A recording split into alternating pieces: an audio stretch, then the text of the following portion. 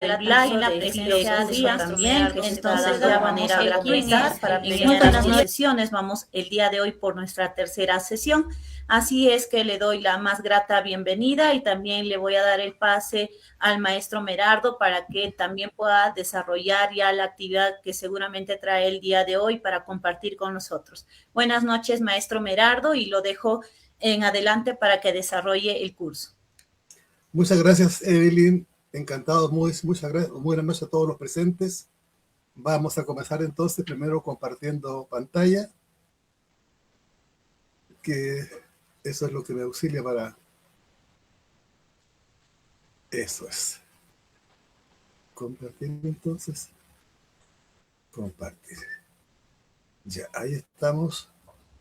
¿Ustedes me confirman que están viendo mi pantalla? Sí, maestro, sí se ve. Ya, excelente entonces. Bueno, decía, lo estaba saludando, buenas noches ya, porque ya es de noche para todos. Aquí ya estamos, nosotros estamos una hora más tarde. Aquí son las 20:30 horas, pasaditas de las 20:30 horas. Vamos a continuar con el curso que estamos haciendo acerca de la filosofía americanista, y hoy con la tercera unidad que estaba anunciada en el programa. Ya hemos visto una primera parte que fue, a ver, aquí está, hicimos una introducción de la filosofía. En la segunda parte hablamos de lo que es la filosofía americanista y nos preguntamos cómo la vamos a llamar, y quedamos en que hay varias denominaciones. Habla de filosofía latinoamericana, filosofía iberoamericana, filosofía americanista también, y por supuesto latinoamericana igual. Entonces pensamos que estas denominaciones son todas bastante parciales porque dejan afuera a una parte importante de la población americana, que es la población aborigen y la población afroamericana, que no está considerada en estos conceptos. Entonces nos parece mejor hablar de filosofía americana, y eso es lo que hemos estado haciendo hasta este minuto. Entonces hoy vamos a comenzar revisando entonces cómo ha sido la filosofía en América. Y quiero hacer este énfasis en la palabra que puse en rojo en el enunciado, pues los que hacemos filosofía americanista distinguimos la filosofía que se hace en América de la filosofía que se hace de América o desde América. La filosofía que se hace en América se refiere a la filosofía que se hace acá, que es finalmente una filosofía que se hace copiando los modelos europeos. Pero en esas filosofías se habla de los problemas de Europa, no se habla de los problemas de América. En cambio, una filosofía de América o desde América es nuestro continente, su gente, sus dificultades, sus problemáticas, el centro de la discusión. El foco se traslada desde Europa a América, y es una filosofía entonces nuestra. Por eso entonces que es importante destacar que la filosofía en América es lo que se ha hecho, y la filosofía de América o desde América es una filosofía en la que América es el centro del filosofar. La filosofía tiene como objeto lo que pasa en América. Entonces esa diferencia, por favor, no se les olvide. Entonces hoy día vamos a hablar de la filosofía en América. Y vamos a contarles, la idea entonces es contar aquí que en América ha habido filosofía desde siempre. Se ha hecho filosofía en América, ¿ya? Pero se hace filosofía desde Europa. Entonces, lo que vamos a ver aquí ahora entonces, en este siglo, entre el siglo XV y el siglo XVII, que hubo filosofía. Pero esta filosofía que hubo es filosofía que llegó de Europa y se aplicó con otro propósito, no con el propósito de formar a la gente, de educar a la gente, sino para servir a los propósitos de la conquista y de la evangelización. Entonces, veremos entonces que a partir de este siglo XV, la primera filosofía que llegó a América fue la escolástica, y la versión española de la escolástica, porque la escolástica es un movimiento que se da por toda Europa, pero en España tiene un carácter especial, y esa escolástica especial fue la que llegó a América. Y que esta escolástica, este movimiento, no tuvo como interés, como decía recién, de hacer filosofía, sino simplemente servir para legitimar la conquista y aunque también fue útil para discutir el tema de los derechos de los pueblos indígenas y también cómo se aplicó la organización política de América, pero copiando los modelos de Europa.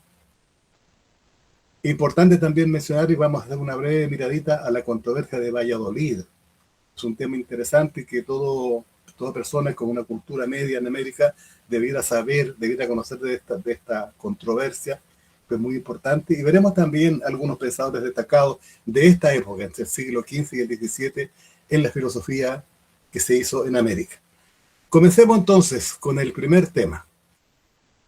Lo primero entonces es que contarles que en América la primera corriente de filosofía propiamente tal es la filosofía escolástica, pero como decía recién, es una escolástica que fue distinta a la de Europa.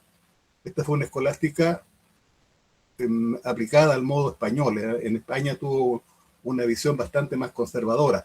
Debemos recordar que cuando fue la Edad Media, España fue una agrupación de países, de feudos, todos conquistados y reunidos por la corona de Castilla y León, después del matrimonio de Isabel y de Fernando. Y el catolicismo era la religión oficial y se aplicaba de una forma bastante estricta, bastante conservadora, bastante más conservadora que el resto de Europa. Entonces, bueno, veamos entonces qué es la escolástica. Lo primero que tenemos que decir que la escolástica, cuando ustedes busquen en un manual de filosofía, les van a decir que es una escuela de filosofía. Yo les quiero contar que en realidad en la Edad Media se habla mucho de filosofía medieval, pero en sentido estricto, en la época medieval no hubo filosofía. En las épocas anteriores, como les conté en la primera clase que hicimos para esta nueva unidad, este curso, la primera clase yo les conté del nacimiento de la filosofía en Grecia, cómo la filosofía después surgió, pasó del periodo cosmológico, pasó al periodo antropológico en Grecia, después con la expansión del helenismo y la decadencia de los griegos, empezó a imperar el helenismo, con Alejandro Magno como emperador, que conquistó hasta el Oriente, y se empezó a implementar una idea que fue el helenismo, que tuvo otra forma de filosofar. La filosofía del primer periodo no es igual que la filosofía del periodo antropológico, ni tampoco es igual a la del periodo helenístico.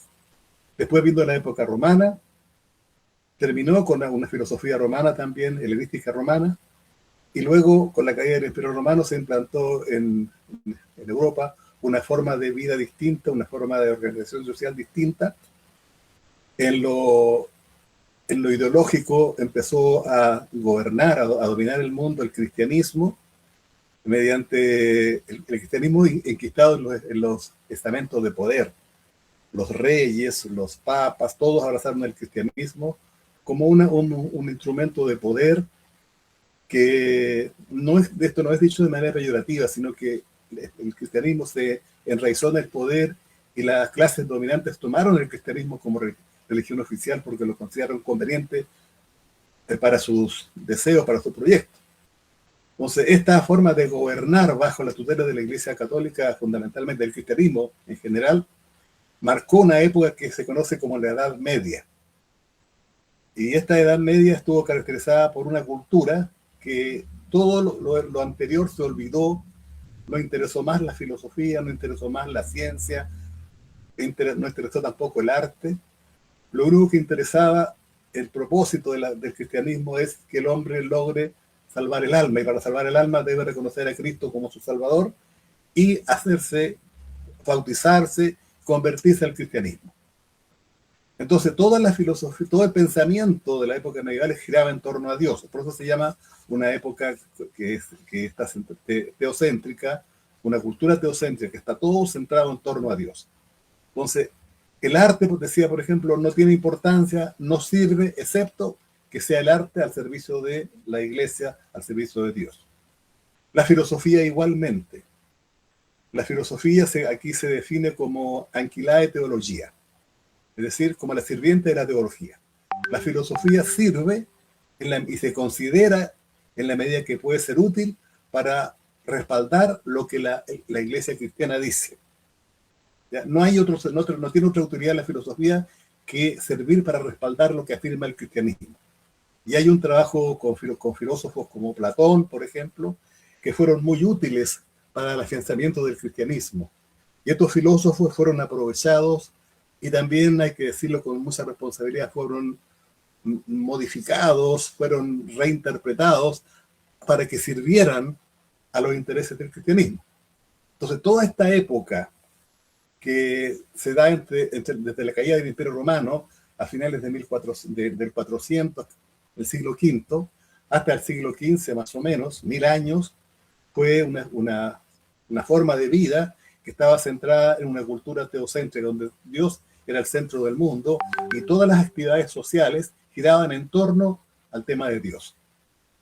Y las personas tenían como todas las personas tenían como meta en sus vidas lograr portarse bien, seguir los mandamientos cristianos para poder salvar su alma al final, después del juicio final, y volver a vivir con Dios en la máxima esplendor de vida que una persona puede imaginar, que vivir a la luz de la mirada de Dios, al amparo de Dios. Y los que no acataban esto, tenían como destino el infierno, que era el antiguo Hades griego, que es un lugar donde las personas que no aceptan el cristianismo van a ir a sufrir eternamente dolores, tormentos, en un fuego que nunca se consume, y las personas van a vivir eternamente el dolor de sufrimiento que aquí se vive. Entonces, es una época en que la gente vivía muy asustada, muy atemorizada por el futuro, tanto así que el futuro no importaba mucho. Lo que importaba era todo lo que pudiera servir al hombre para salvar su alma. Entonces, se hacían peregrinaciones, todo esto se vivía en base al cristianismo, las guerras, todo estaba fundado en la creencia de que se estaba trabajando en nombre de Dios, en nombre de la iglesia, y la iglesia también se corrompió y utilizó el poder temporal también para enriquecerse, bueno, y todo lo demás. Así que esta historia de la Edad Media son 1000 años en la que se construyó toda una teoría respecto del cristianismo. La fe se fue respaldando con ideas, con creencias, una fe que antes era una fe sencilla de gente que vio a Jesús, que anduvo con Jesús, o después gente que conoció a los apóstoles, aprendió de los apóstoles, y más tarde, cuando pasaron los siglos, la gente empezaba a pedir pruebas, entonces sirvió la filosofía para afirmar todo este edificio de poder que fue el cristianismo. Entonces, toda esta época, que se conoce como la Edad Media, fue una época que todo giró en torno a la religión, y la filosofía sirvió solamente como utilidad, como utilitario, mientras pudiera respaldar lo que la iglesia estaba planteando. Así entonces Platón y Aristóteles fueron muy utilizados, pero utilizados no para explicitar sus doctrinas, sino en aquello que convenía y servía para los objetivos del cristianismo. Entonces la filosofía se manipuló también, hay que decirlo de esa manera, y entonces conocimos a ese Aristóteles, pero un Aristóteles cristianizado, conocimos a un Platón, pero un Platón cristianizado también. Por lo menos doblada su doctrina para que calzara con la teoría, con lo que afirmaba el cristianismo. Así que en esta época entonces hay un gran fervor religioso y hay también una gran polémica que se da entre una gente que piensa que solamente la fe nos puede salvar. Entonces, si una persona se salva, si una persona tiene fe, cree en Dios y sigue los mandamientos y sigue en oración, hace penitencia y cumple con todo lo que la iglesia manda, esa persona se va a salvar por su fe. Pero hay también gente que piensa que Dios nos dio la razón y que la razón puede servir para afirmar o revisar aquello que nos está diciendo la iglesia. Y eso también implica un poco cuestionar lo que algunos sacerdotes o la iglesia en general le están diciendo. Entonces eran los partidarios de la razón, decían, pero si Dios nos dio la razón, era algo bueno lo que nos dio, entonces por algo nos dio la razón para que la usáramos, podríamos pensar. Entonces hay una gran disputa entre lo que es la razón y la fe. ¿Qué es lo que salva? ¿Podemos usar la razón? ¿Está correcto usar la razón? Algunos dicen, no, que soberbia de los seres humanos que piensan que con la razón van a descubrir las verdades. no se puede saber nada si no es con el auxilio de la fe. Entonces, toda esta polémica entre razón y fe, etcétera, surge una corriente que es la escolástica. Entonces, la escolástica, más que una corriente filosófica, entonces, es un movimiento teológico que se nutrió de la filosofía, como se hizo en toda la Edad Media, con todo lo que pasó en la Edad Media, se nutrió de la filosofía, pero para proponer una forma nueva de pensar. ¿Tiene de positivo? Sí, porque ellos estaban de acuerdo con la razón y por lo tanto hubo espacio para razonar, para aplicar la lógica, como le mostraré a continuación. Entonces, es una época muy compleja donde surge esta escolástica. Entonces, ¿qué es lo que se propone en la escolástica?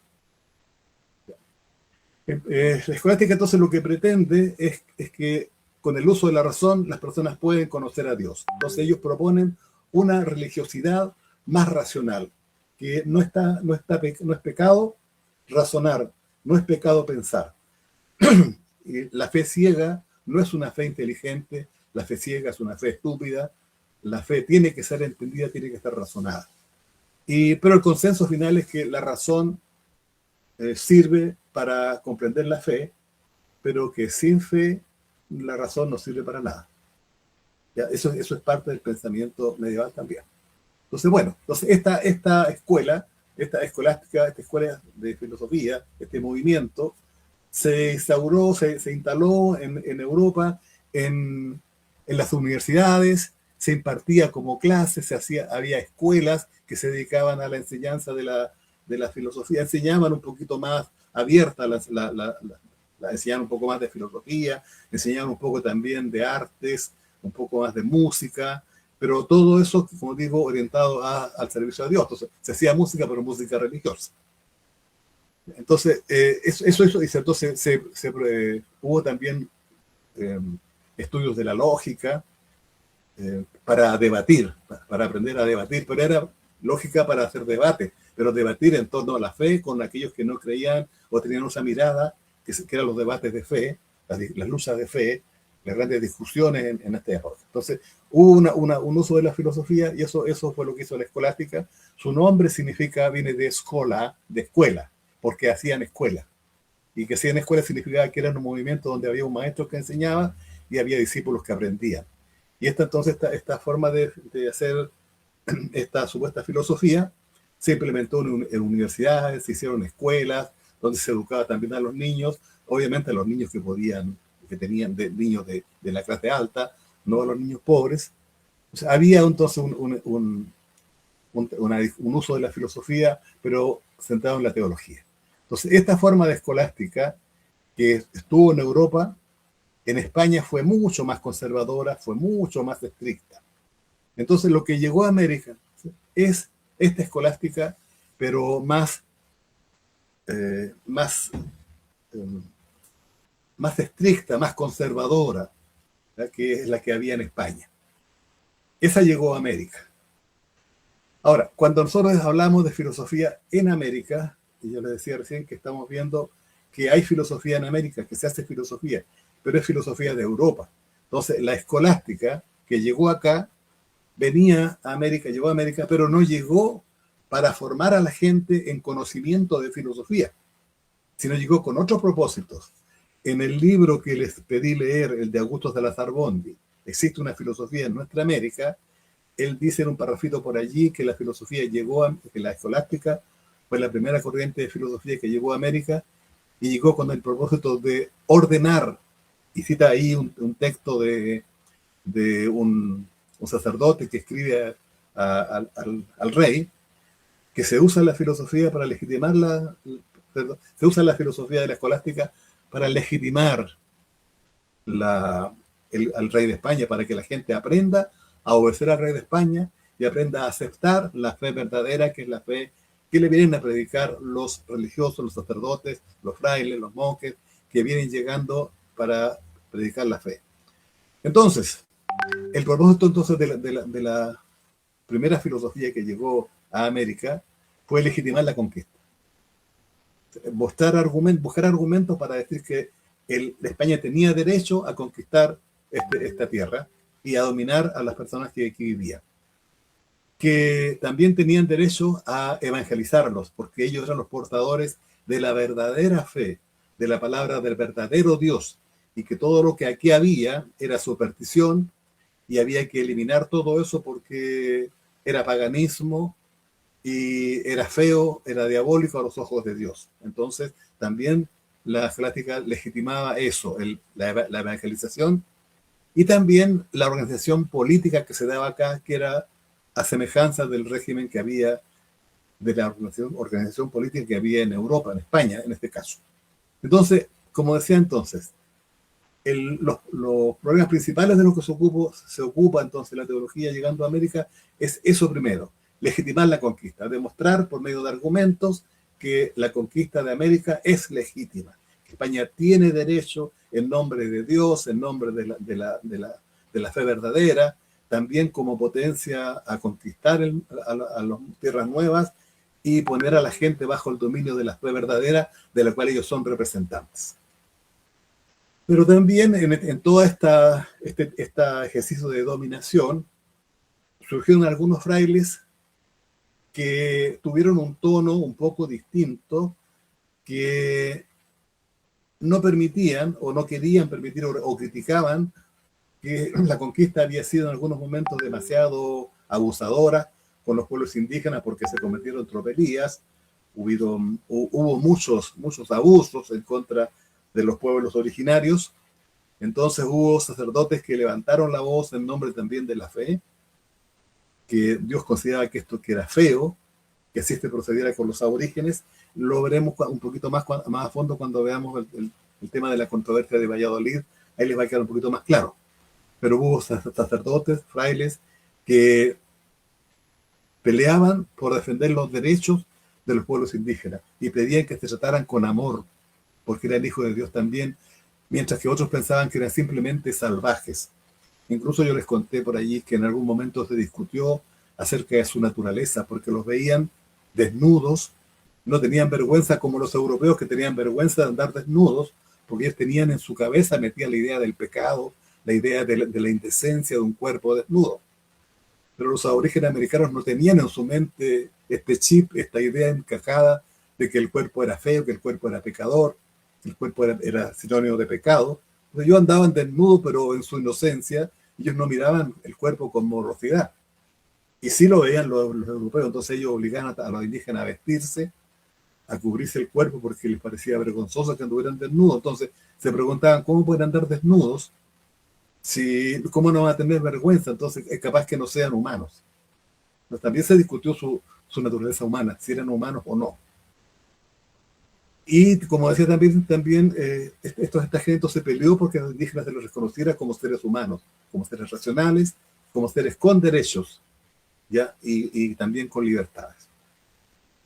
Y de igual modo también la filosofía escolástica, como ya les anuncié, tenía también como propósito replicar la organización política que había en España bajo el título, bajo la orden de un rey, con clases sociales bien determinadas, y aplicar aquí el mismo modelo. Y la escolástica sirvió entonces como una reflexión filosófica para buscar también de qué forma se podía organizar este nuevo mundo, pero siguiendo el modelo que se dictaba en Europa.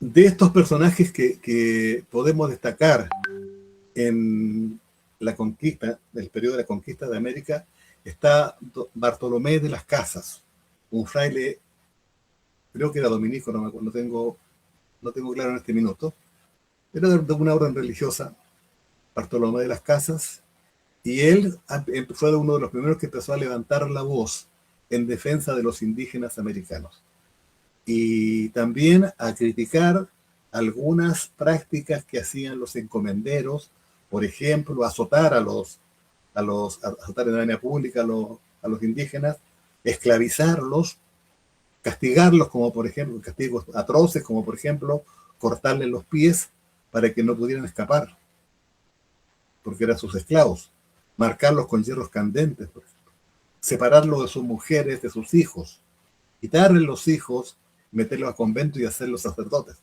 frailes. Entonces estas personas, Bartolomé de las Casas, uno de ellos, fue uno de los que levantó la voz en favor de los derechos de los indígenas. Hay libros de él ahí que les voy a indicar más adelante, que puedan consultar sus alegatos, sus escritos, sus reflexiones. Claro, él tiene la idea de que no se debe hacer esto, no porque él considere que sea malo, sino porque Dios lo ve como algo negativo, según él.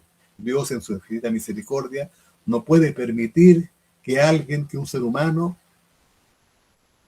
tome a otra persona y la convierta en un esclavo. Y aún así, si lo tuviera bajo su dominio, su deber sería quererlo, cuidarlo como un padre cuida a un hijo, pero no someterlo a ningún tipo de sanciones, de castigos bárbaros, a no cometer brutalidades con ellos, de hacer con ellos rebajar su condición humana, porque Dios estaba mirando eso y Dios no lo iba a aprobar. Y quien hiciera una cosa así estaba pecando ante los ojos de Dios. Otro de los sacerdotes importantes en esta línea defensiva de los derechos de los indígenas fue Francisco de Vitoria. Este señor también tomó la idea que había en España del derecho de gente, y que era una serie de derechos como los derechos humanos, para entenderlo un poquito así imaginariamente, algo similar, que una serie de derechos que se aplicaban en España para las personas. Él aplicó ese derecho de gentes aquí en América, que sirvió también para darle algún respaldo jurídico a los derechos de los pueblos indígenas. Pues, en esto entonces, en toda esta lucha, este deseo de aplicar la escolástica en América, la escolástica vino a cumplir también entonces alguna función positiva. Eso es lo que trato de decirles. Vino con afán de legitimar la conquista, de legitimar el derecho de España a someter a los aborígenes y convertirlos a la fe verdadera que es el cristianismo. Pero no todo fue eso, también aportó algo positivo, que fue eso, el tratar de pelear también por los derechos de los indígenas en contra de otros sujetos que lo único que querían era verlos como animales de carga, esclavizarlos y servirse de ellos y apropiarse de sus propiedades, de sus tierras, de sus hijos, de sus mujeres también.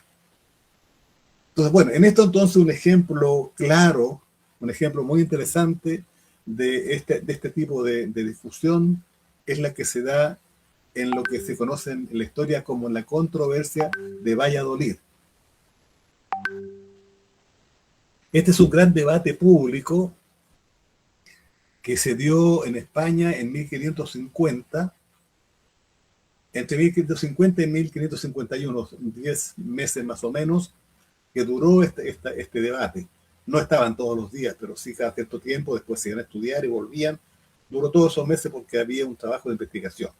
Y en este gran debate que se llama así porque se dio en España, en la ciudad de Valladolid, en el Colegio San Gregorio. En este colegio se juntaron principalmente Bartolomé de las Casas, a quien les nombré hace un ratito como uno de los defensores de los derechos de los aborígenes, y Juan Ginés de Sepúlveda, que era también un fraile, pero él tenía otra idea distinta a la que tenía Bartolomé de las Casas. Entonces, aquí lo que se discutía era entonces el derecho de los aborígenes a ser respetados, a ser considerados como seres humanos. Y se dice que aquí también se discutió eso de que si ellos eran humanos o no. Entonces, Bartolomé de las Casas insistía en que los aborígenes eran seres humanos, que merecían el respeto que se merece cualquier ser humano, y que todo cristiano de bien tenía el deber de acogerlos como un padre acoge a un hijo, acogerlos, cuidarlos, protegerlos y poco a poco convencerlos para que abrazaran la religión cristiana, se hicieran cristianos, porque ese era el deber que tenían todos ellos, de convertirlos al cristianismo, que se bautizaran y que se hicieran cristianos. Ese era el trabajo que tenían que hacer cada uno de los cristianos en América con los aborígenes. En cambio, Juan Ginés de Sepúlveda tenía dudas de estas personas y ellos pensaban que eran simplemente salvajes, que España tenía todo el derecho a intervenir en América sin darle explicaciones a nadie, porque venía amparado por el Papa, por la Santa Iglesia Católica, y venía no solamente a conquistar, sino también a imponer la fe verdadera, que es la fe de Dios, del Dios verdadero, del único Dios. Por lo tanto, lo que España hiciera estaba bien hecho porque tenía el respaldo de la Iglesia y porque lo que hacía era un deber de conciencia, que era invadir, civilizar y cristianizar a los aborígenes americanos. Así en resumen, tengo un texto mío, un artículo que se los voy a enviar con la disputa de Valladolid más profundamente desarrollada. Se los voy a enviar en estos días para que lo puedan leer. Ojalá lo puedan leer. Bueno, también esta controversia de Valladolid ha sido discutida también porque lo que tenemos son los textos. Esta discusión se dio en este lugar, asistía gente, incluso se dice que el rey Carlos asistió varias veces a estas reuniones. Dicen también algunos que el rey Carlos fue el que llamó porque había recibido muchas denuncias de abusos que se cometían en América por parte de los conquistadores. Entonces se dice que él no quería que esto pasara, que quería que fuera una conquista pacífica y de buena manera. Eso dicen algunos, otros dicen que no le importaba nada, que no le interesaba, que fue solamente por presión política, en fin. No se puede saber mucho, pero sí en los textos que quedaron escritos de este debate se recogen todas las instancias y ya parece que estuvo el rey en algunos momentos y al parecer él fue el que convocó esta reunión. También lo que se dice que aquí se discutió si ellos eran humanos o no, si los aborígenes de América eran humanos o no. La verdad es que no fue así, según algunos, porque ya había antes, desde 3 años antes, de 1537, el Papa Pablo III había publicado, haciéndose eco de esta misma problemática, había publicado una bula en la que él declaraba que estas personas eran seres racionales. Los aborígenes americanos eran seres racionales. Por lo tanto, si eran seres racionales, eran también inteligentes, tenían alma y por lo tanto eran seres humanos. Y como eran seres humanos, lo que les faltaba era solamente el barniz de la fe para ser completamente buenas personas. Entonces, la tarea que había que hacer era conquistar su corazón, convencerlos, convertirlos al cristianismo. Y también esto había dicho que ellos tenían derechos también, eran libres y podían tener también propiedad privada. Incluso si ellos querían abrazar el cristianismo, tendrían que hacerlo por sí mismos, por propia voluntad, sin ser obligados. Porque en muchos casos, a mucha gente americana, muchos aborígenes, fueron torturados y se les sacaba la confesión, la aceptación del cristianismo, su convicción, mediante tortura. Entonces se explicaba que así no era la cosa, que así no servía, que alguien tenía que si alguien se quería abrazar la conquista de fe, tenía que hacerlo por voluntad propia. Entonces tenían libertad ellos para decidir también si querían ser cristianizados o no. Y siempre que fuera así, tenía que ser de manera pacífica, sin aplicarles la guerra para convencerlos a la mala o por la fuerza de que se cristianizaran.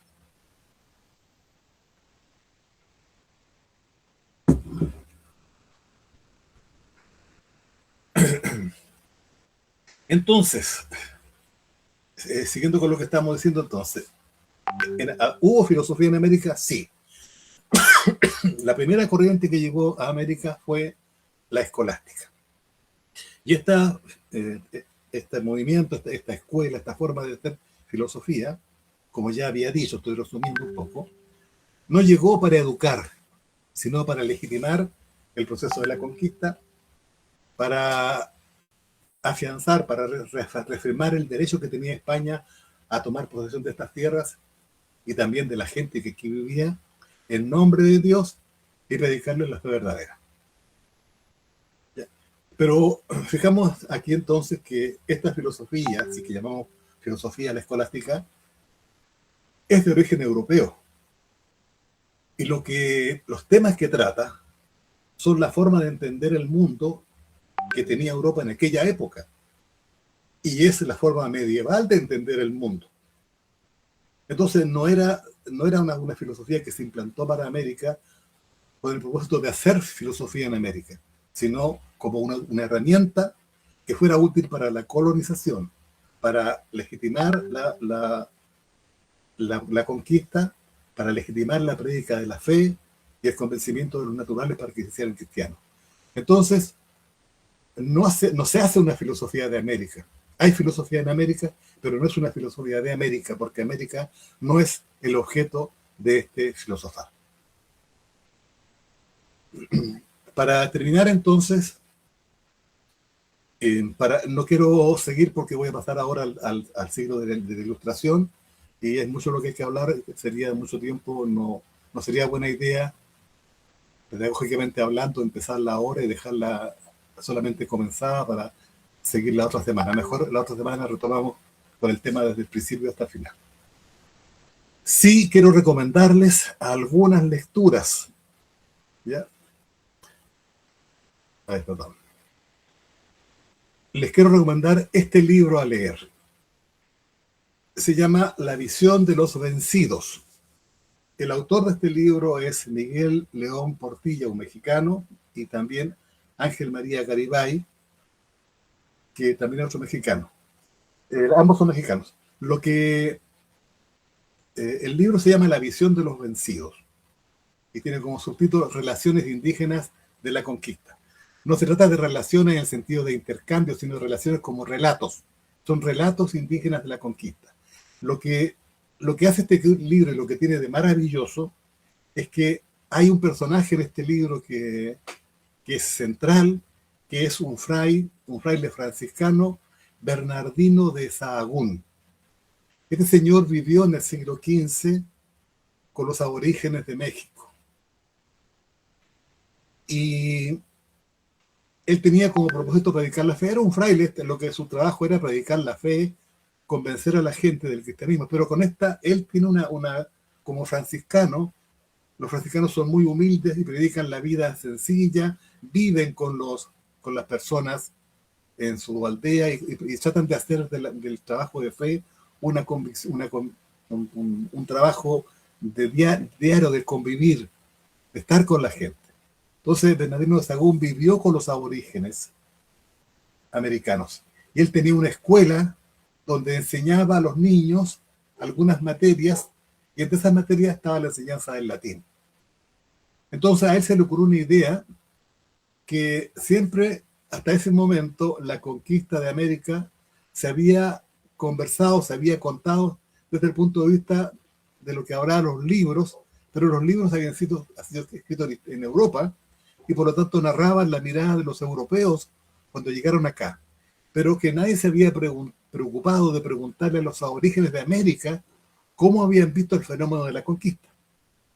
Entonces, Bernardino de Sahagún se dio la tarea de averiguar cómo habían vivido los aborígenes de México la llegada de los europeos. Y se encontró con un problema, porque él hablaba latín y hablaba español, pero no hablaba el náhuatl. Y los niños de su escuela hablaban el náhuatl y hablaban el latín. Entonces, él se auxilió de los niños. Entonces, él se reunió a los adultos, a los viejos, a los ancianos, que ellos eran jóvenes cuando este fenómeno ocurrió.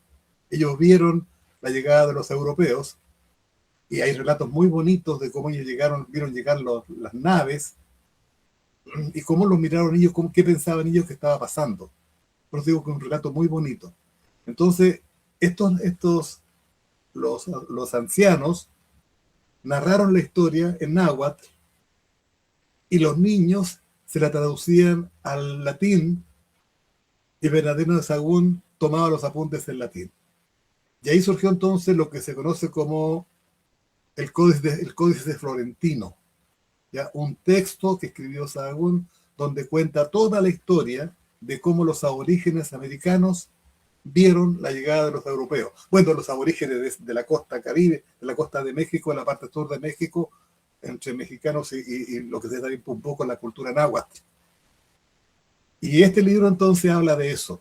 Más tarde, Ángel María Garibay tradujo estos libros del latín al español y Miguel León Portilla hizo los estudios correspondientes y sacaron este libro que se llama La visión de los vencidos. Es un libro muy bonito que es muy particular porque cuenta historias fantásticas de cómo los aborígenes vieron la llegada de los europeos a este continente y de lo que a ellos les pasó. Y hay cosas fantásticas de entender. Por ejemplo, cuando se disparó el primer cañonazo, cuando los españoles desde el barco donde venían llegando a la bahía dispararon un cañonazo y fue para gente que no estaba acostumbrada a ruidos tan fuertes, el estampido fue tan grande que la gente se desmayó y el olor de la pólvora, el humo de la pólvora los hacía vomitar, y en la playa la gente que estaba observando quedó aterrada, se desmayaban algunos solamente por el ruido de un cañonazo, como era otra forma de vivir. La gente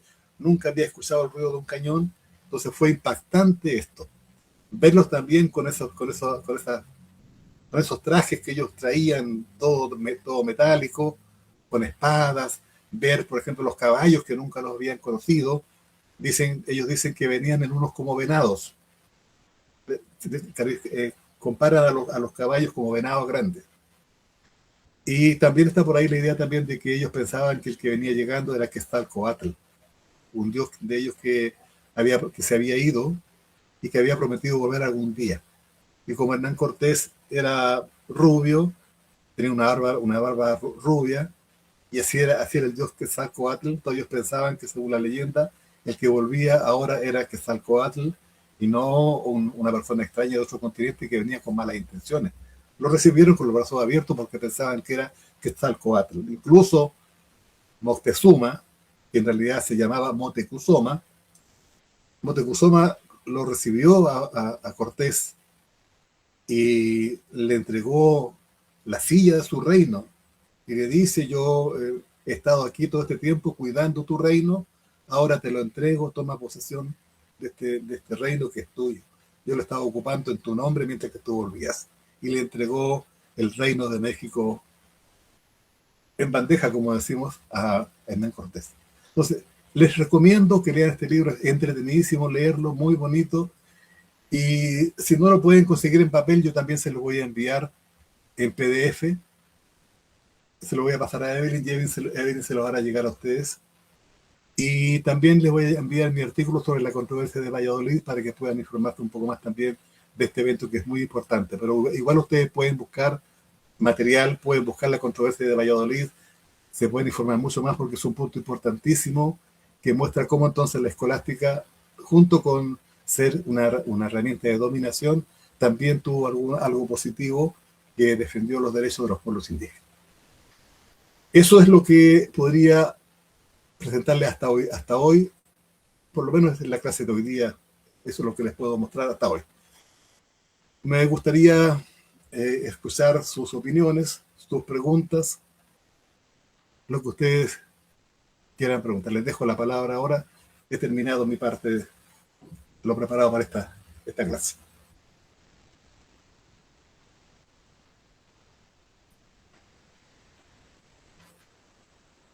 Sí, voy a compartir el texto.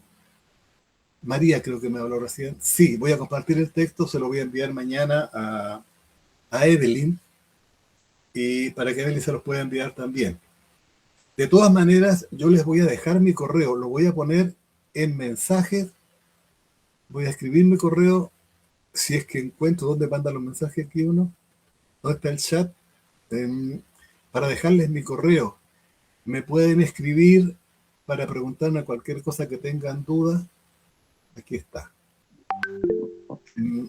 A ver, aquí está mi correo.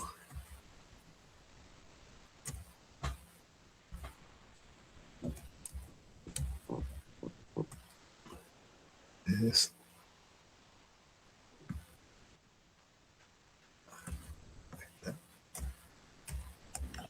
Maestro Merardo, tenemos a Rodolfo que tiene la mano levantada, de pronto quiere participar. Ya, ahí les dejé mi correo, pero primero que nada manejémonos a través de el correo que tiene Evelyn. Entonces yo le entrego la información a Evelyn y ella se las comparte. Pero por si acaso alguna cosa hubiera, también les dejo mi correo si alguien quisiera pedir algo más de manera particular, alguna sugerencia mayor, y también les dejo ahí mi correo, sepulvedamerardo@gmail.com. Ahora sí, sí, Evelyn, dejo la palabra. ¿Quién me quería preguntar algo? Rodolfo estaba levantando la mano. Adelante, Rodolfo. Sí.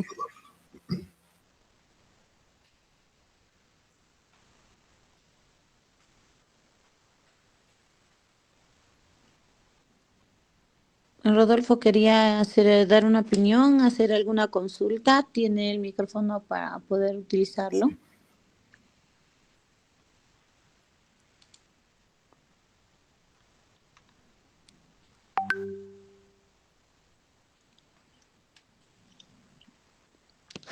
Rodolfo, ¿nos escucha? Sí, estoy escuchando. Sí, usted levantó la mano, ¿quiere participar? Sí, gracias. Eh, Tengo una duda. Saludos desde Guatemala, por supuesto, ¿verdad? Tengo una duda, pues está Gracias. hablando de la filosofía americana.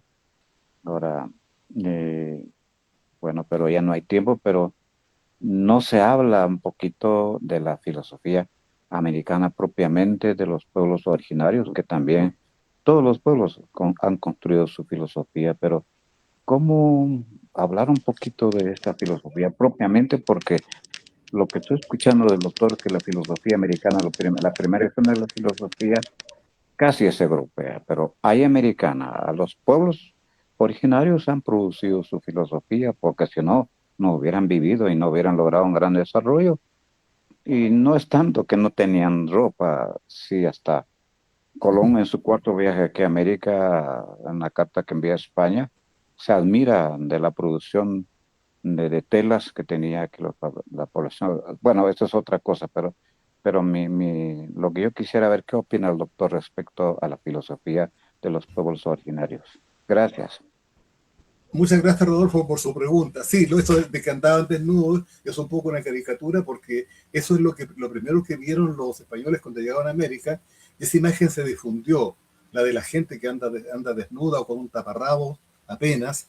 Entonces, esa imagen fue la que se difundió, que es un poco caricatura porque aquí había también industria textil y en los lugares más fríos tampoco andaban desnudos.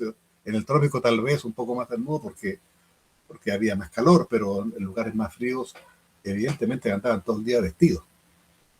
Es un poco la caricatura que quedó en España de los aborígenes de América, gente que vivía un poco desnuda y por eso lo hacían ver como salvajes, como seres primitivos, incluso les hizo dudar que fueran aborígenes. Estimado Rodolfo, usted no estuvo en la clase anterior, pero en la clase anterior también me hicieron esta misma pregunta y yo le digo que tiene usted, si usted afirma que hay filosofía en América, tiene usted todísima la razón. Pero este curso es un curso introductorio, entonces lo que estamos haciendo aquí es averiguar un poquito la historia, cómo América ha ido despertando a la filosofía.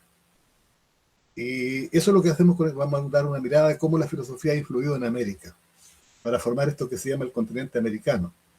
Y no tenemos, son 10 clases solamente, entonces no podemos ahondar en la filosofía americanista. Es un tema también que yo estoy estudiando recién. Tendría que tener un poco mucho más de estudio para poder dar una clase, pero tendría que hacer un trabajo, un curso aparte para hablar solamente de la filosofía aborigen.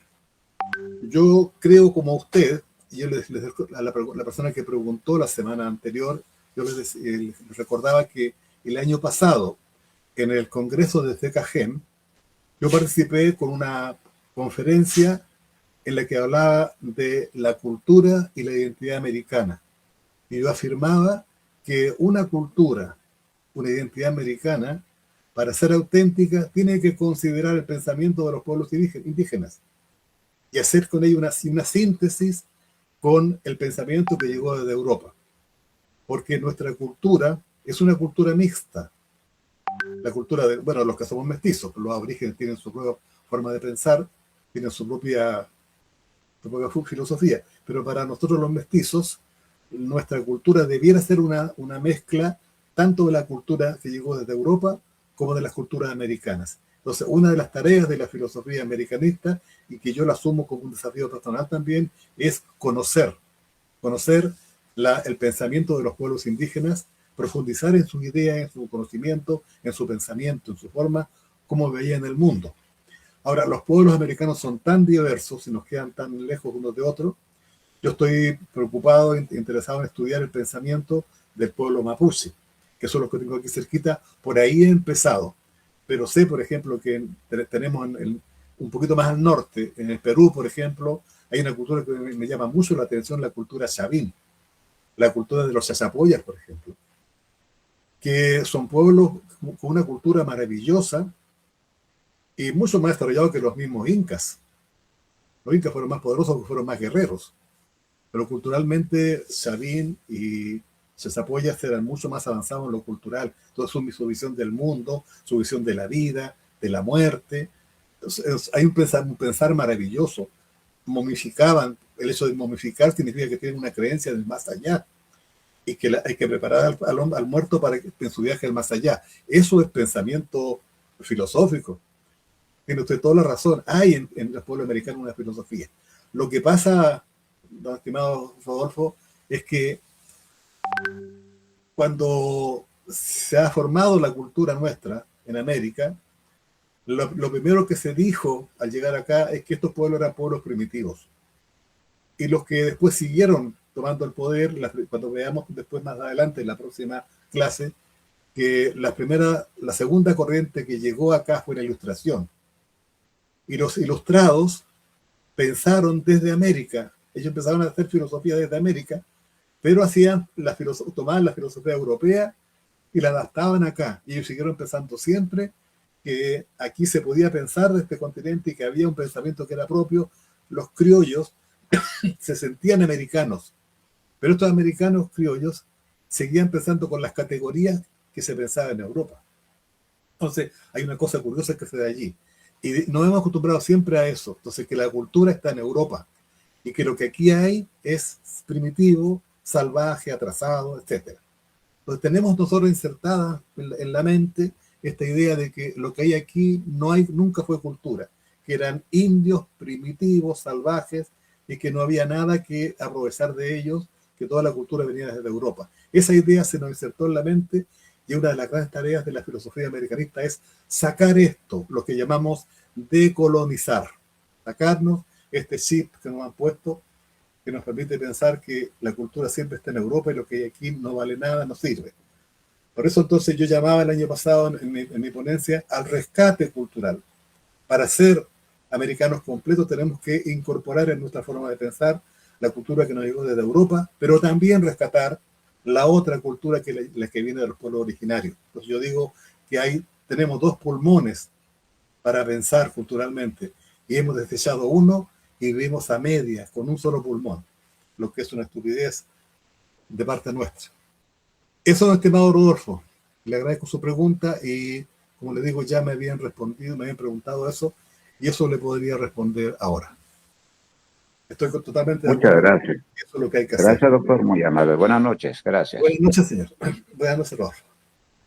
Ojalá, como les dejé en mi correo, pudiéramos alguna vez también conversar y tal vez pensar en una red de pensadores, juntar nuestros pensamientos, nuestro trabajo y compartir, armar una red americana de pensadores.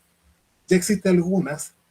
Yo estuve formando parte durante mucho tiempo de la Asociación de Filosofía de la Liberación de Argentina, que funcionaba bajo el pensamiento de Enrique Dussel, pero en esa agrupación se rompió la de Argentina y fue dejada afuera por otra gente que se salió del grupo y que peleó y que finalmente se radicaron en México y desconocieron a lo que se hacía en Argentina.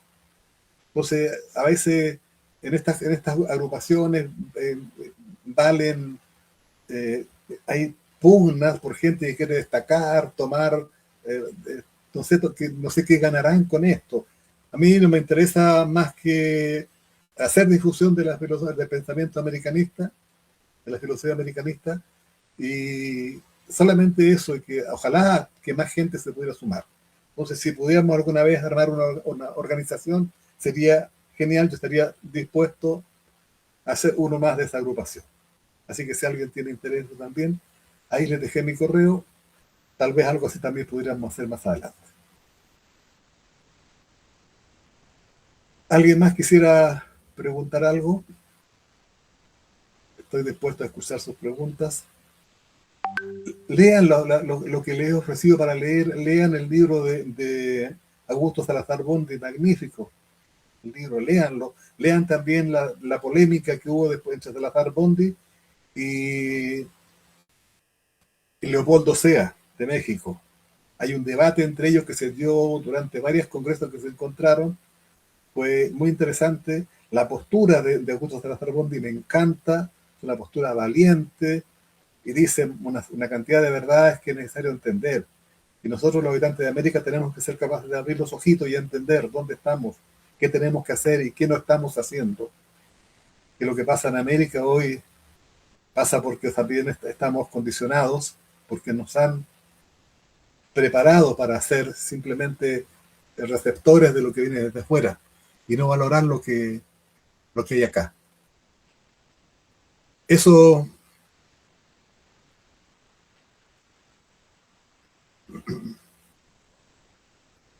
Bien, si no hubiera entonces ninguna pregunta más, maestra Evelyn, cerramos entonces. Había levantado la maestra María Grasa, creo. ¿Ya? ¿Sí? Bien. Sí. Bien, María. ¿Sí me escucha, doctor? Sí, María, la escucho muy claramente. Bien, doctor, felicitarle por la ponencia, excelente. En cuanto a la información, me interesa bastante. Bueno, la pregunta es lo siguiente. ¿De qué manera influye el libro de las maravillas de Marco Polo en las crónicas y la exploración de Colón, ¿no? De Cristóbal Colón?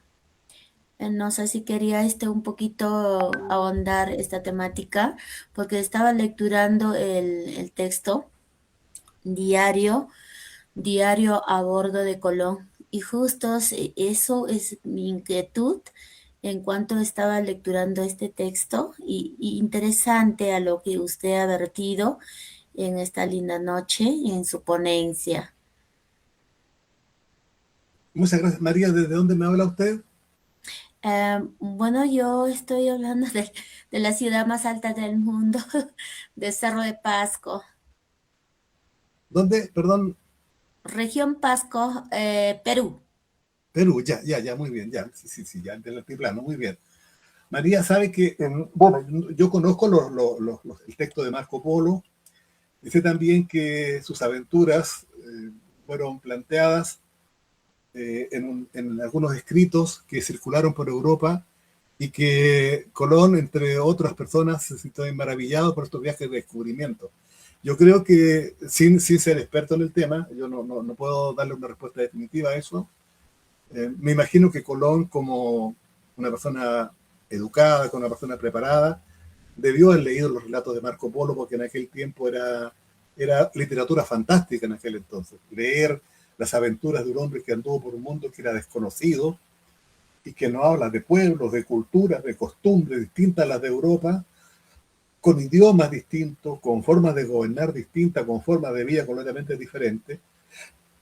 Me imagino que debe ejercido sobre él también una gran ilusión de llegar a conocer estos lugares. Yo creo que una de las influencias que puede haber provocado es eso, incentivar en él ese espíritu aventurero de llegar al Asia Menor. Recordemos que Colón iba para allá.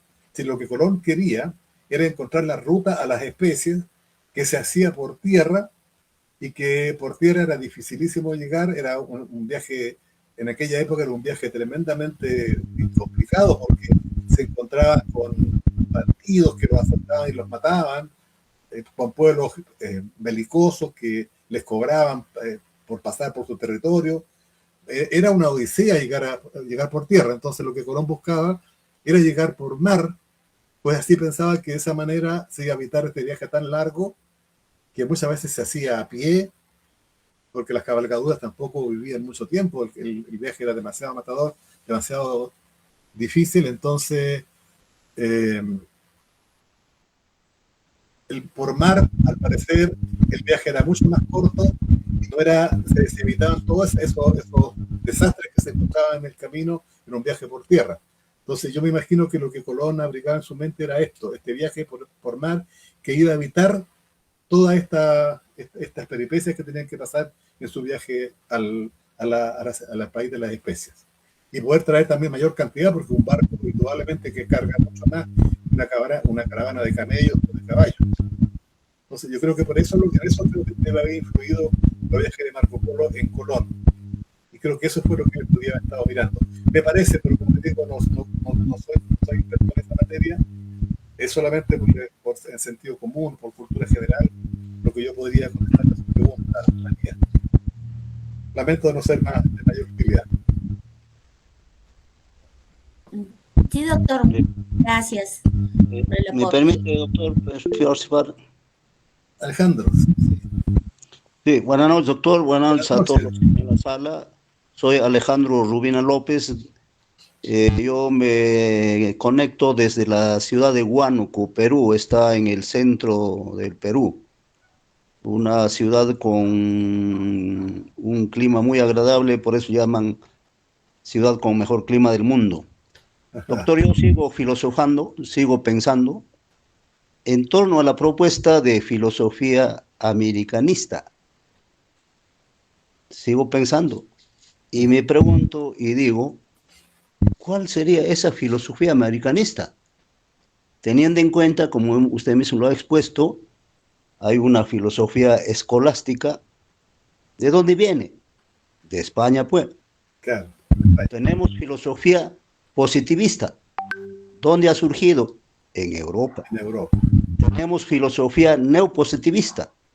Ha surgido en Europa. Tenemos filosofía marxista o materialista.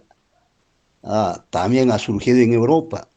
Tenemos una filosofía humanista.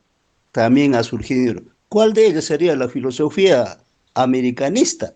Teniendo en cuenta que todos son europeizantes, ¿no? Claro. Europea. Claro que sí. Y Salazar Bondet no da, como dije en la clase pasada, no da en el clavo. Yo he leído su obra y le preguntan ¿cuál sería su filosofía americanista? Plantea que puede ser humanista. Pero humanismo viene pues de Europa. Entonces, ¿cuál sería la filosofía propiamente americanista? Para mi punto de vista no hay. Es mi opinión. Teniendo en cuenta de que cada cultura americana ha tenido su propia forma de pensar, que ha partido de una cosmovisión. Esa cosmovisión nace desde épocas muy tempranas, tanto en la cultura inca, en maya, azteca y otras culturas, han tenido su propio saber ancestral y por lo tanto han desarrollado un sistema propio de pensamiento, filosófico, astronómico, ¿no? Entonces, yo pienso que una filosofía americanista no existiría. Es mi modo de ver. Más bien tendría que reivindicarse la filosofía propia de cada cultura ancestral. En el Tahuantinsuyo ha habido pues una filosofía. ¿Quiénes lo dicen? Varios autores ya. Entre ellos tenemos a Antonio, se me va el nombre, a Joseph Esterman y varios que han escrito, ¿no? A Esterman. Eso plantea una pachasofía, plantea Esterman. Sí. Pero sigue mezclado, pues Pacha es andina, pero Sofía es europea. Claro. En todo caso hay que buscar un nombre adecuado, pero ese nombre yo no comparto, doctor, con una filosofía americanista, teniendo en cuenta, no tendría sustento epistemológico, filosófico, antropológico, arqueoastronómico, no tendría sustento. Más bien reivindico de cada cultura ha tenido su propia filosofía. Entonces la idea más bien sería reivindicar, rescatar, difundir, incorporar incluso en la enseñanza inicial, básica, superior, en cada nación nuestra propia filosofía. Eso sería defender nuestra propia identidad cultural y no querer insertar o implementar teorías foráneas. Teniendo en cuenta de que la filosofía andina tiene una visión muy distinta del mundo que la europea. Todas esas filosofías son muy parecidas, pero el pensamiento andino, maya, azteca, son pensamientos totalmente contrarios al pensamiento europeo, no solo en filosofía, sino incluso en la educación. En educación, qué nos ha metido? La religión católica, pues. No es nuestra esa religión, es foránea, es europea. ¿Qué pedagogía nos ha metido? Pedagogía occidental. Esa pedagogía ha fracasado, está en crisis. ¿Por qué? Porque está centrado en el hombre. La pedagogía andina está centrado en la mama pacha, en la madre tierra, en nuestro mundo. ¿Y de dónde nace? De la cosmovisión andina. ¿De dónde parte? De las famosas chacanas, ¿no? Y las chacanas son cruz que se encuentra en el cielo, aparece en el mes de mayo, dura junio, julio, y en Huánuco se observa esos elementos astronómicos desde un centro arqueológico llamado Cotos. Entre el 21, del 19 al 21, 24 de junio, se observa ese fenómeno de Cotos, la famosa chacana, la Cruz del Sur, se observa la Vía Láctea.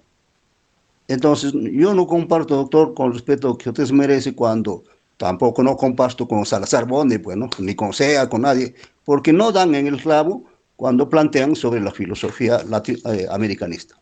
Eso quería mencionar, doctor. Mi estimado Alejandro, muy bien, muchas gracias por su opinión. Me encanta cuando la gente opina, porque y así también tenemos la posibilidad también de aclarar algunas cosas. Tenemos que primero, para responder a su pregunta, Alejandro, tenemos que primero entonces definir qué es lo americano. Porque América no son solamente los aborígenes. También en América es un conjunto de gente donde están las culturas primogénitas, los aborígenes. Todos los pueblos aborígenes que había en América a la llegada de los europeos. Pero también después, con la llegada de los europeos, surgimos nosotros como cultura mixta. Nosotros somos mestizos de españoles.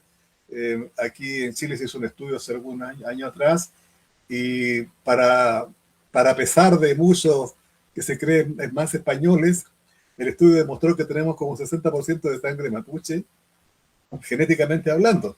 Entonces, somos una cultura mixta. Tenemos en la filosofía americanista que usted tiene ahí, la filosofía de Salazar Bondi, por ejemplo, que usted mencionó, o la de Leopoldo Sea Aguilar. Leopoldo Sea, su libro se llama Filosofía Americana como filosofía sin más. ¿Qué plantea él en su libro? Que la filosofía americana debe considerar el pensamiento de la gente de aquí, de este continente, de toda la gente de este continente, y que esta filosofía no es una filosofía que va a actuar en contra de la filosofía europea, no va a ser antagónica, sino va a ser otra forma de ver el mundo, tan filosófica como la alemana, la francesa, la india, la china, etc. Es otra filosofía como muchas otras más hay en el mundo, porque no hay una sola. Lo que yo le agregaría a eso, y que hace falta, y ahí concuerdo con usted, es que nuestra filosofía tiene que incorporar las ideas de las culturas aborígenes. Yo estoy trabajando en eso, ese es mi propósito, una filosofía americanista que considere también, como decía recién, en la cultura nuestra, somos una cultura mixta. Está la cultura aborigen, está una vertiente que vino de los pueblos originarios, y también una vertiente que vino de los pueblos europeos. América no es solamente los aborígenes, también estamos nosotros los mestizos, están también los negros que llegaron desde África, están también las personas que han llegado de otros lugares también de América. Entonces América es un conglomerado de personas. Entonces tenemos una filosofía americanista, tiene que considerar todas estas formas de pensar, hacer una especie de síntesis con todo esto, y para mí, al menos, así sería una filosofía americanista. Una filosofía que considere todas estas ideas, esta forma de pensar centrado en la tierra, por ejemplo. Aquí desde Chile nosotros hablaremos de la Ñuque Mapu, de la madre tierra también. Otro nombre, pero es el mismo concepto. Entonces, los pueblos aborígenes americanos tienen una serie de conceptos que pareciera que son culturas diferentes, que tienen pensamientos distintos. Hay diferentes formas de pensar, distintas perspectivas, pero hay una creencia que en general es la misma. Todos los pueblos viven en contacto, todas las culturas americanas vivieron en contacto con la tierra, rindiéndole pleitesía a la madre tierra. No importa que se le llame Pachamama o Ñuquemapu u otros nombres que haya en otros lugares. pero todos los pueblos americanos vivieron en respeto con el entorno, con el medio ambiente. Entonces, esa es una característica que tienen los pueblos originarios y que tenemos que asumir en una filosofía que sea americanista también. Esa mirada de respeto y al mismo tiempo también de vida en común, de respeto con la naturaleza, en la enseñanza de los hijos, por ejemplo. De todas esas formas de vivir que tienen los pueblos originarios, tenemos que nosotros copiarlas, asumirlas, apropiarnos, pero también tenemos que permitir que ellos tengan su propia forma de vida, porque ellos son originarios, nosotros somos mestizos, y hay también otros pueblos que también tienen su forma de pensar. Entonces, tenemos que hacer una filosofía que sea globalizada, que abarque todas las distintas formas de pensar que hay en este continente, sin despreciar a ninguna, sin despreciar a las culturas aborígenes, pero también sin despreciar a las culturas mestizas que somos nosotros. Bueno, yo que estoy hablando con ustedes en este minuto. Entonces, para mí, una filosofía americanista sería una cosa como esa. Hay un pensador argentino, se me fue su nombre en este minuto, y él se vino al Alto Perú y estuvo estudiando la filosofía de los pueblos originarios, pues él también tuvo un atisbo, se me olvidó, tiene apellido alemán, Rodolfo Kusch. Rodolfo Kusch, un gran personaje en la filosofía argentina, se vino al Alto Perú, en Bolivia también estuvo trabajando con los pueblos originarios con la idea de hacer un pensamiento americanista que esté centrado en el pensamiento fundamentalmente de los descendientes de la cultura inca. Y está bien, ¿sí? Pero tampoco se le puede imponer esa mirada a la cultura inca, no se le puede imponer a los otros pueblos, a los aztecas, por ejemplo, a los mapuches, o a los de las planicies de América del Norte. O sea, habría que ver una especie de síntesis donde incluyéramos todo esto. Aprovechar lo bueno de las culturas aborígenes, su pensamiento, tomar lo que nos pueda servir también para aprovecharlo, pero de acuerdo a nuestra realidad. Y respetando que ellos también mantengan su forma de vida también independiente, y si ellos quieren copiar algo de nosotros, ¿por qué no? También. Pero es complicado hacer una filosofía, tiene que ser global, tiene que involucrar a todas las culturas, porque América es eso, es un crisol de culturas. Entonces una filosofía americanista tendría que dar cuenta de todo eso. El libro de Salazar Bondi tiene un mérito, que él plantea la idea de que en América no se ha hecho nunca filosofía de América.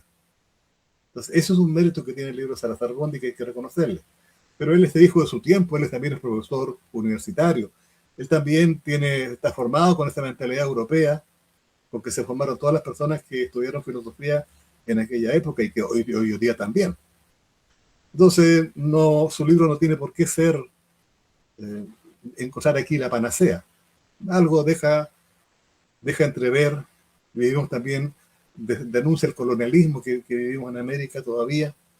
Entonces tiene varios méritos que el libro lo hace rescatable, digno de ser considerado. Y Salazar Bondi es un maestro, yo le admiro mucho su trabajo, y creo que uno de los libros claves en el pensamiento americanista. Les voy a hacer llegar un resumen después también del libro, para que lo puedan tener en sus manos también, y cuando lean les pueda servir como guía para entender en su dimensión el libro. No es la Biblia, ¿ya? El de Salazar Bondi también, el de Leopoldo Sea también. Es un gran libro, pero tampoco ningún libro abarca toda la idea en sí. Ningún libro es autosuficiente. Eso quería decir. Muchas gracias, Alejandro, por su pregunta. Tiene usted mucha razón en eso. Trabajemos en eso. Usted trabaje en la cultura aborigen. Hay campo para trabajar. Y sigamos investigando, sigamos trabajando, sigamos aprendiendo. Un día usted nos cuenta también el pensamiento de los pueblos originarios. Yo puedo abarcar lo que hay aquí, no sé cuánto más tampoco voy a abarcar, ya que tenemos una vida limitada, pero mientras pueda yo seguiré trabajando con la cultura mapuche, que es lo que tengo más cercano.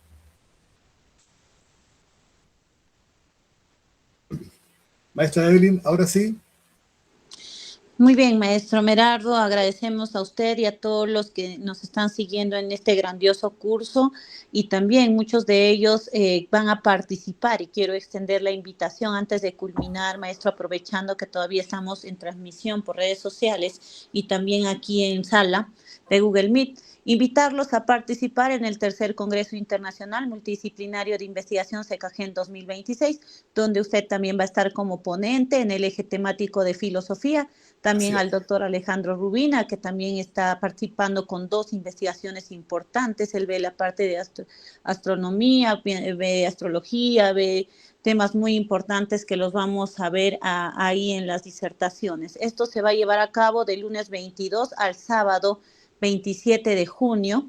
Entonces, les invitamos, el acceso es totalmente gratuito, se va a certificar por las instituciones patrocinadoras.